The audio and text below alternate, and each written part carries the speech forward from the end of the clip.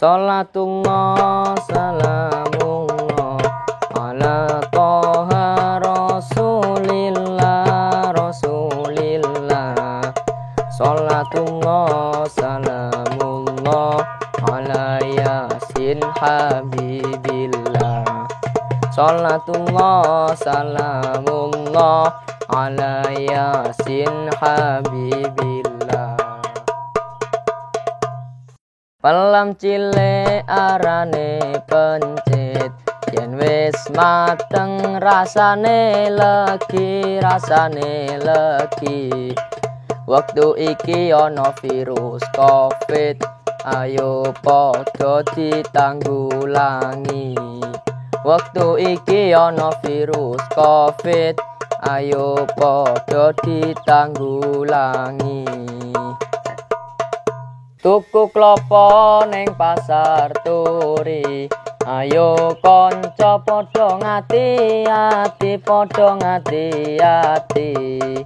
Ula mlungker iku ora mati, nganggo masker tetep jaga diri. Ula mlungker iku ora mati, nganggo masker tetep jaga diri. Limbing timun gawe rujaan, jaga imun ben ra ketularan, ben ra ketularan. Aja nggumun, aja lunjak-lunjak, jaga imun tetep jaga jarak. Aja nggumun, aja lunjak-lunjak, jaga imun tetep jaga jarak. Mlaku-mlaku tuku kentang, kentange dinggahi kripik. Covid iku nyegai gampang, aja lali tansah wijik.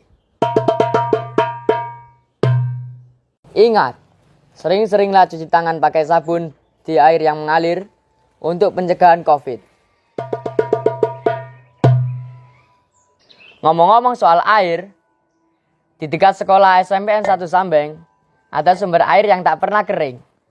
Masyarakat setempat menyebutnya Sendang Keduk, karena lokasinya yang berada di Dusun Keduk, Desa Kedungwangi, Kecamatan Sambeng, Kabupaten Lamongan.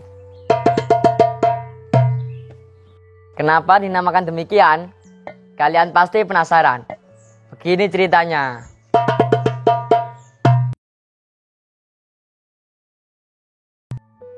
Asal muasal Kampung Keduk.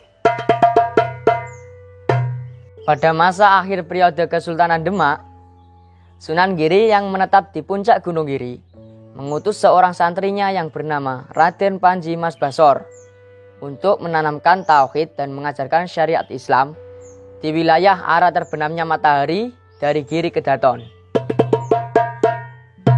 Di daerah yang berada di tengah hutan dan di pinggiran sungai yang bermuara ke Laut Jawa tersebut, masyarakatnya masih diselimuti kemusyrikan, berbalut ajaran animisme dan dinamisme.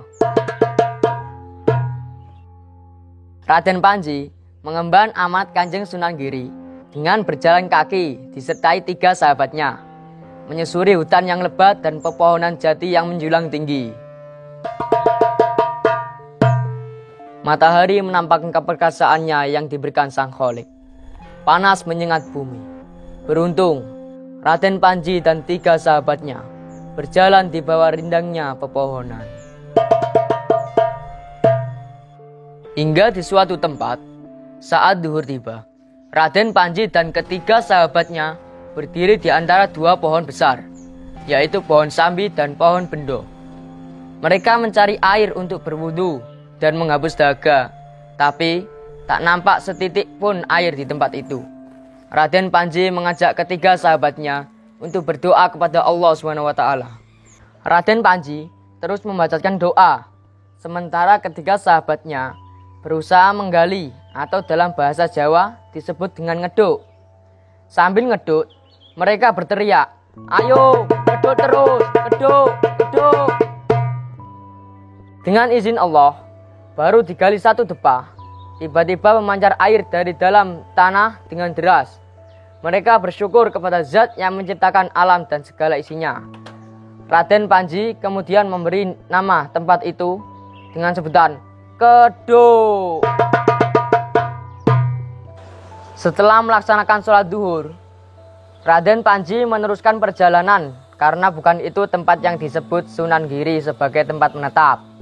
Raden Panji mengajak seorang sahabatnya untuk meneruskan perjalanan. Sedangkan dua sahabat yang lain diminta untuk menetap di Keduk. Sang santri memohon kepada Allah SWT, mudah-mudahan suatu saat di tempat ini ditempati hamba soleh, penerus perjuangan Wali Songo yang telah menyebarkan Islam di tanah Jawa dan Nusantara. Sumber dari hasil kedukan sebagai anugerah Allah tersebut mengumpul di bawah pohon bendo menjadi sebuah sumur, dan tumpahan airnya mengalir deras mengenang di bawah pohon sambi. Tempat genangan air di bawah pohon sambi itu ada yang menyebutnya kedung.